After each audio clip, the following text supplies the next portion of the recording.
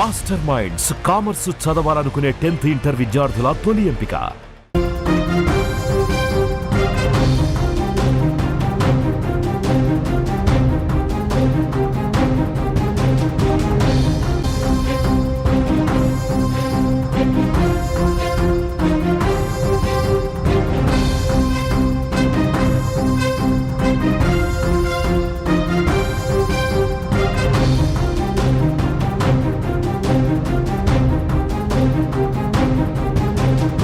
మల్లెపూలు పెట్టుకునే వాళ్ళంతా బజారు మనుషులు, మల్లెపూలు పెట్టుకునే వాళ్ళంతా బజారు మనుషులే అన్న పాస్టర్ షాలెం రాజు వ్యాఖ్యలపై దుమారం చెలరేగుతుంది. ఇప్పటికే పాస్టర్ షాలెం రాజుపై డీజీపీకి ఫిర్యాదు చేశారు మహిళా నాయకురాలు, అట్లాగే సీనియర్ జర్నలిస్ట్, సామాజిక నేత ప్రియా చౌదరి గారు డీజీపీకి ఫిర్యాదు చేశారు. పాస్టర్ షాలెం రాజు పైన వెంటనే చర్యలు తీసుకోవాలంటున్నారు. అట్లాగే పాస్టర్ షాలెం రాజు ఖచ్చితంగా మహిళా లోకానికి క్షమాపణ చెప్పాలి అంటున్నారు. అసలు పాస్టర్ షాలెం రాజు గారిని నిజంగా వీళ్ళు తప్పుగా అర్థం చేసుకున్నారా? షాలెం రాజు మాట్లాడిన మాటలు వేరు, ఆయన అర్థం వేరు, కానీ మహిళా లోకం తప్పుగా అర్థం చేసుకుంటుందా? ఎందుకు డీజీపీ దాకా ఫిర్యాదు చేసేదాకా వెళ్ళింది అంశం? ఈ అంశంపై మాట్లాడడానికి మనతో పాటు నేరుగా ప్రియా చౌదరి గారు ఉన్నారు లైవ్లో. ప్రియా చౌదరి గారు నమస్కారం. ఎందుకు మీరు పాస్టర్ షాలెం రాజుని తప్పుగా అర్థం చేసుకుంటున్నారేమో? మీరు చెప్పారా? నేను ఒక్కదాన్ని అర్థం చేసుకున్నానా? ఇవాళ తెలుగు రాష్ట్రాల్లో మహిళలతో పాటు పురుషులందరూ కూడా ఎందుకు బగ్గుమన్నారు? ఎందుకు ఆయన మీద 400 కేసులు ఎందుకు ఆయన మీద పెట్టవలసి వచ్చింది? ప్రియా చౌదరి తప్పుగా అర్థం చేసుకుంది కాదు, ఆయన తప్పుగా మాట్లాడడం వల్ల మీరు ఫిర్యాదు చేశారా అని అడగండి. ఏం తప్పుగా మాట్లాడారు అనేది యావత్ రెండు తెలుగు రాష్ట్రాలే కాదు, తెలుగు వాళ్ళు ఎక్కడ ఉన్నా కూడా ప్రతి ఒక్కళ్ళు దీన్ని ఖండిస్తున్నారు. నాట్ ఓన్లీ ప్రియా చౌదరి ఒక్కటే తప్పు అని అనుకోకండి. తప్పే. ప్రియా చౌదరి ఎప్పుడైనా సరే తప్పును ఖండించడానికి ముందు ఉంటుంది, ఉండే తీరుతుంది. చెప్తున్నారు కొందరు యువతులు కావచ్చు, లేకపోతే అనుకోని పరిస్థితులు, కొందరు తప్పుడు మార్గంలో వెళ్ళిన వాళ్ళు అటువంటి దారుల్లో వెళ్లకుండా ఉండేందుకు మాత్రమే షాలెం రాజు ఈ మాటలు చెప్పారు. వాళ్ళని ఉద్ధరించడం కోసం చెప్పిన మాటలు మీరు తప్పుగా అర్థం చేసుకున్నారంటే? ఒక్క మాట నేను చెప్తానండి. ఇప్పుడు ఆయన బజారు మనుషులు కాదు అనేటటువంటి వ్యాఖ్యతోటే వచ్చినటువంటి వ్యవహారం ఇది, అవునా కాదా? ఆయన ఆ మాట ఎందుకు మాట్లాడాలి? మీరేమన్నారు? సంస్కరణ వైపు నడిపించడానికి అన్నప్పుడు, అమ్మ ఇక్కడ అందరూ పువ్వులు ఏవైతే ఉన్నాయో, పువ్వులు, బొట్టు ఇవన్నీ త్యాగం చేసి, సర్వం త్యాగం చేసి ఆ యొక్క ప్రభువుకు అంకితమైన ఉన్నటువంటి మహిళలే ఉన్నారయ్యా. నువ్వు ఇక్కడ ఈ యొక్క ఇది ఏదైతే పెట్టుకొని ఉన్నావో నీకు వేరే చోట అనేటటువంటిది నువ్వు చూసుకో అని చెప్పడం వేరు, బజారు సంబంధులు కారు అని అంటే ఏంటి అర్థం? పోనీ మీరు చెప్పండి, యాజ్ ఎ జర్నలిస్ట్ మీరు చెప్పండి, మీనింగ్ చెప్పండి. ఎందుకంటే మనందరం జర్నలిజం ఫీల్డ్ లో ఉన్నాం.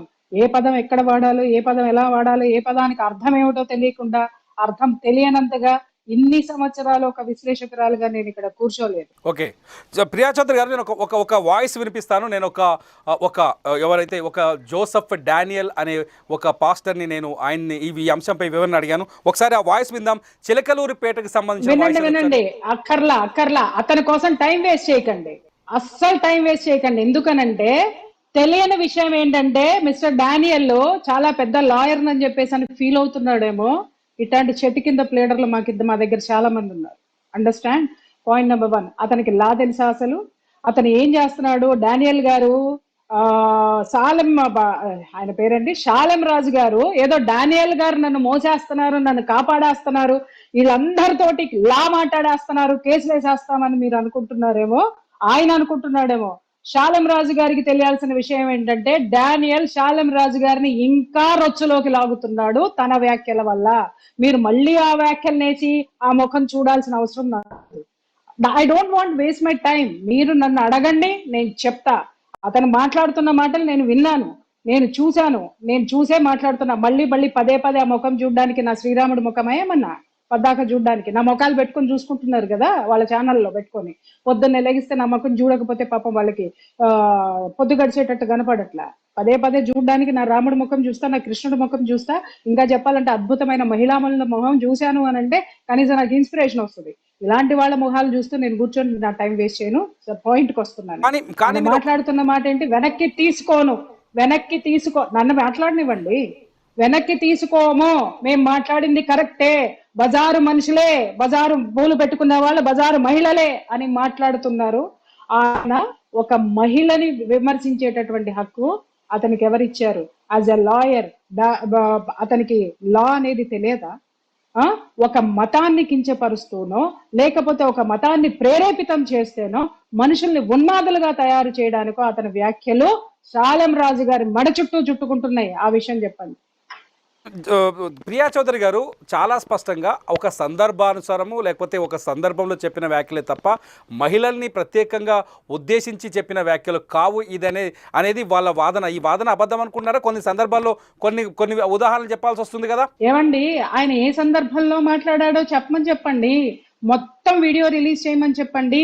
అప్పుడు మళ్ళీ మాట్లాడదాం మనం. అర్థమైందా? అప్పుడు మళ్ళీ మాట్లాడదామండి.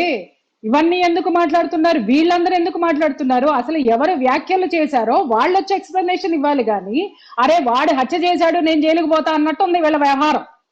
మా వాడు హత్య చేశాడండి, కాకపోతే హత్య ఎందుకు చేశాడంటే కాబట్టి అంటే కాదు. నువ్వు కాదు చెప్పవలసింది, కోర్టులో ఎవరు చెప్పాలి? ప్రజా కోర్టులో కూడా ఇప్పుడు ఏదైతే ఎలిగేషన్స్ వచ్చినాయో మహిళలకి సంబంధించినటువంటిది ఎవరు వ్యాఖ్యలు చేశారో, ఏ ఉద్దేశంతో చేశారో ఆయన ఉద్దేశం మాకు తెలియాలి. మేము ఈ డానియల్ని లేకపోతే ఇంకొక ఏలియన్ని మేము విమర్శించలా. మాకు వీళ్ళు ఎవరో కూడా తెలియదు. అసలు ఆ శాలెం రాజు కూడా నాకు తెలియదు. ఫస్ట్ ఆఫ్ ఆల్ కేవలం అతను చేసినటువంటి అనుచిత వ్యాఖ్యల వల్లనే మేము వీళ్ళ గురించి మాట్లాడవలసి వచ్చింది. ఇంకొక విషయం, మతానికో దేనికో అంటగడుతున్నారు. నేను ఎన్ని సంవత్సరాల నుంచి తెలుసు మీకు తిరుమల రెడ్డి గారు? మీ సుమన్ టీవీలో నేను ఎన్ని సంవత్సరాల నుంచి నా ప్రయాణం ఉంది? ఎప్పుడైనా నేను మతాల గురించి మాట్లాడింది మీరు విన్నారా? ఎప్పుడైనా ఒక మతం వైపు నేను వకాలతు పుచ్చుకుని మాట్లాడింది ఎప్పుడైనా విన్నారా? కొన్ని వేల ఎపిసోడ్స్ ఉన్నాయి. కానీ వాళ్ళు అంటున్నారు ఒక వర్గాన్ని ఇందులో తక్కువ చేయడం కోసమో ఒక వర్గాన్ని పైన దాడి చేయడం కోసమో ఇటువంటి తప్పుడు ప్రచారాలు చేస్తున్నారు మరొక వర్గం అని చెప్పేసి. ఇది అబద్ధమా? వాళ్ళ ఉద్దేశం ఏముందో ఆ ఉద్దేశాన్ని జనాలకి ఆపాదించే ప్రయత్నం చేస్తున్నారు. ముందు అది వెనక్కి తీసుకోమని చెప్పండి. వాళ్ళు పదే మాట్లాడుతూ ఎస్ బజారు మనుషులను అన్నారండి, బజారు స్త్రీ. ఎవడరా చెప్పడానికి బజారు స్త్రీ అని? Who are you to tell that? బజారు స్త్రీ అని ఎవరిని నువ్వు ఉదహరిస్తావు? ఆ పదే మాట్లాడుతున్నారు. రోడ్ల మీద తిరగమంటావా ప్రియా చౌదరి పిచ్చి వేషాలు వేసుకుంటూ అని మాట్లాడుతున్నారు. మీరెవర్రా? ఎవరి జీవితం వాళ్ళది. ఇంకొక విషయము, ఇదే ప్రియా చౌదరి ఆడపిల్లల్ని పద్ధతిగా బ్రతకమని చాలా సార్లు చెప్పింది. అలాగే భార్యలు తప్పు చేస్తుంటే కూడా మీరు ఇది చెయ్యొద్దు అని కొన్ని వందల ఎపిసోడ్స్ ఉన్నాయి. నేను కూడా ఒక మహిళను సంస్కరించిన దాన్నే. కానీ ఇంత బజారుతనంగా వ్యాఖ్యానించి దాన్ని సంస్కరణ అనేటటువంటి పేరు పెట్టుకుంటే ఇక్కడ చెవిలో పువ్వులు పెట్టుకునే వాళ్ళు ఎవరు లేరు. కానీ మీ వాళ్ళు చేస్తున్న ఇంకొక ఆరోపణ ఏంటంటే ఇతర వర్గంలో కూడా మరో వర్గంలో కూడా ఇటువంటి సంఘటనలు జరిగాయి. చాలాసార్లు పువ్వుల విషయంలో చాలా కామెంట్స్ చేశారు. అయితే వాళ్ళని మీరు పట్టించుకోలేదు. మా మతానికి సంబంధించిన మా దైవజనుడు మాట్లాడితే దాన్ని మీరు ఎలా తప్పుగా తీసుకుంటున్నారు? అది ఒక వర్గం పైన అటాక్ చేయడం కాదా అంటే? మేము ఒక విషయం చెబుతున్నా, మా ఆచారాల గురించి మాట్లాడారు తప్ప జనరలైజ్ చేసి మాట్లాడలే. వేరే వాళ్ళ వైపు మాట్లాడలా, వేరే వాళ్ళని తీసి మాట్లాడలా, కించపరిచి ఎప్పుడు మాట్లాడలా. ఒక వర్గం వైపు ఆచారాల గురించి ఏం మాట్లాడారు? తిరుపతికి సంబంధించినటువంటి వారు మాట్లాడిన మాటలనే కదా వీళ్ళు, ప్రధాన అర్చకులు మాట్లాడిన మాటలనే కదా వీళ్ళు పదే చూపిస్తున్నారు. తెలుగు వస్తే జ్ఞానం అనేటటువంటిది ఉంటే 10 సార్లు వాళ్ళని వేసుకొని చూడమని చెప్పండి. వాళ్ళు ఏం చెప్పారు? అది తిరుమల తిరుపతి అంటే కొండ మీద ఉన్నటువంటి ప్రాంతాన్ని పుష్ప మండపం అంటారు. ఎందుకంటారు అంటే ఒక చరిత్ర ఉంది, ఒక సంఘటన జరిగింది. స్వామి అక్కడ ఒక 2 భార్యాభర్తలు స్వామి పూజ కోసము చాలా కష్టపడి పువ్వులు పెంచుతూ నీళ్లు సరిపోకపోతే అతను చెరువు తవ్వడానికి భార్యాభర్తలు 2 పూనుకున్నారు. అప్పుడు స్వామి ప్రత్యక్షంగా వాళ్ళకి సాయం చేశారు. ఎందుకు సాయం చేశారు? నిండు చూలాలైనటువంటి స్త్రీ స్వామికి పూజకి పుష్పాలు మొక్కలకి పువ్వులు కోసి పుష్పాలు స్వామి కోసం పండించాలి అని చెప్పి ఆమె కూడా నిండు చూలాలని కూడా చూడకుండా స్వామి మీద ఆరాధనతో భక్తితో చేసిన సేవకి స్వామి స్వయంగా దిగి వచ్చి చేసిన సేవ స్వామి పెంచుకున్నటువంటి మొక్కలు. కాబట్టి అక్కడ ఉన్నటువంటి ఏ పుష్పమైన, నన్ను సాండం చెప్పనివ్వండి తిరుమల రెడ్డి గారు, మీకు కంగారు ఎక్కువగా ఉంది. ఎందుకంటే వాళ్ళు అడిగిన ప్రశ్నలన్నిటికీ సమాధానాలు కోర్టులో చెప్తాము. ఆయన కోర్టు అంటున్నాడు కదా, అక్కడే చూసుకుంటామని చెప్పండి. మీరు అడిగిన దానికి నేను క్లియర్ గా చెప్తా, జనాలకు కూడా తెలియాలి కదా. మీరు నేను మాట్లాడుకుంటున్నది కాదు ఇక్కడ, జనం మొత్తం చూస్తున్నారు. ఎవరు చూస్తున్నారు? మీరు అనుకున్న ఒక వర్గం కాదు, అవతల వర్గం వాళ్ళు నన్ను వాచ్ చేస్తున్నారు, వాళ్ళకి తెలియాలి. అక్కడ పూసేటటువంటి ప్రతి పువ్వు స్వామికే అది అర్పితము అనేటటువంటి ఒక నియమాన్ని అందరం పెట్టుకున్నాము. ఈ జనరేషన్ కి అది తెలియదు కాబట్టి చాలా మర్యాద పూర్వకంగా దాన్ని గుర్తు చేస్తూ వస్తున్నారు. ఇంకొక విషయం ఏంటి అనంటే, నోముల్లోనూ వ్రతాల్లోనూ కూడా ఇది మేము అంతగా వాటిని పెట్టుకోం. ఎందుకు అనంటే, ఒక స్త్రీ మా నోములు వ్రతాలకి ఒక చర్య, ఒక క్రతువు ఉంటుంది. పొద్దున్నే లెగిస్తే పిండి వంటలు చేయాలి, ఇంటిని అలంకరించుకోవాలి, దేవుణ్ణి అలంకరించాలి, ఇన్ని పనులు. ఒకప్పుడు, ఇప్పుడంటే పని వాళ్ళు ఉన్నారు, ఒకప్పుడు అంత లేదు. స్త్రీ ఇవన్నీ చేసుకోవాలి. మళ్ళీ అలంకరణ చేసుకునేటటువంటి విషయంలో కాలాతీతం అవుతుందని చెప్పి, అమ్మ నువ్వు మామూలుగా అలంకరించుకొని ఇవన్నీ అవసరం లేదు, సింపుల్ గా వచ్చి కూర్చొని భగవంతుడికి ఏం కావాలో అది చెయ్యి అనే వెసులుబాటు, అది నియమం కాదండి, ఒక వెసులుబాటు అనేటటువంటిది ఇచ్చారు. పూర్తిగా చదువుకొని తెలుసుకొని మాట్లాడాలి. మీరు చాలా సింపుల్ గా లైటర్ వేలో మాట్లాడిన మాటలు, చాలా తేలికగా తీసుకోవాల్సిన మాటల్ని సీరియస్ గా తీసుకొని ఇది ఫిర్యాదుల దాకా తీసుకెళ్లారంటే దీని వెనుక వేరే ఉద్దేశం ఏమైనా ఉందా? ఉంది, ఖచ్చితంగా ఉంది. ఎందుకు అనంటే, అతను మాట్లాడినటువంటి బజారు మనుషులు, బజారు సంబంధులు అనేటటువంటిది 100% ఆక్షేపణీయం. ఒకటి మాట్లాడింది కాక దాన్ని బయట పెట్టినందుకు చెంచాగాళ్ళని పిలిచి వాడు ఏమి థంబ్నెయిల్స్ పెట్టి మా మీద వీడియోలు చేయించాడండి చెప్పండి. ఒక మహిళని మేము కించపరచలేదు అని మాట్లాడుతూ, మరి ఇంకొక మహిళ మీద మీరు చేసేటటువంటిది ఏంటి? ఇంకొక మహిళల మీద మాట్లాడిన ప్రతి ఒక్క మహిళ మీద వీళ్ళు చేసినటువంటి వీడియోలేంటి? మేము వకాలత్ పుచ్చుకున్నది మహిళల్ని. మీరు కావాలంటే నా చర్చలు, ఈ టీవీలో ఉన్నటువంటి ప్రతి చర్చని తీసుకోండి.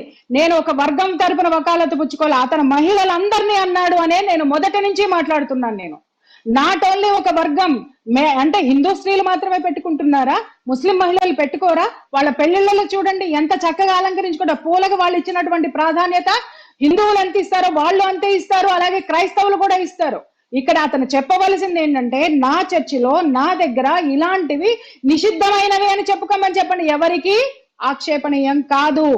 మీ యొక్క నియమాలు మీరు చెప్పుకోవడం వల్ల ఆక్షేపణీయం కాదు. జనరలైజ్ చేసి మాట్లాడితేనే అది అందరికీ వర్తిస్తుంది.